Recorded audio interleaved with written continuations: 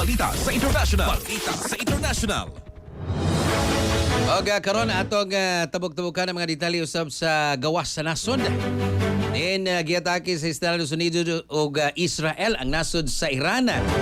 Nadungog og nakita ang mga pagbuto sa lain-lain usab nga bahin sa Tirana. Samtang adunay giingon nga balot usab nga pagbuto amigo sa aminang Israel ug sa pipila ka Gulf Arab states.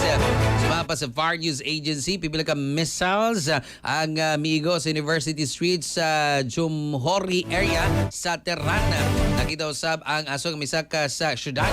Matod sa correspondent sa Al Jazeera nga naa sa lugar ang semi-official sa Tasnim News Agency nagtaw usab nga dunay pagbuto sa Sayyid Kandan area sa aminang bahin sa Tirana.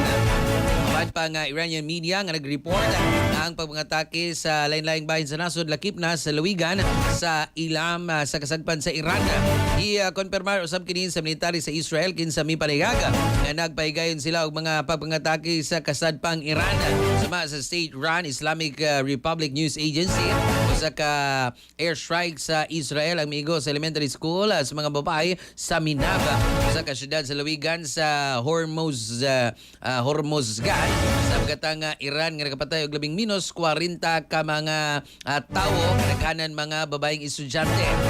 Ang Ministry of Foreign Affairs sa Iran mingon nga ang pagpangatake gitumong sa nagkalain-lain usab nga military og defense side ayon man ang mga sibilyan nga infrastruktura sa lain-laing syudad. Express Balita. Express.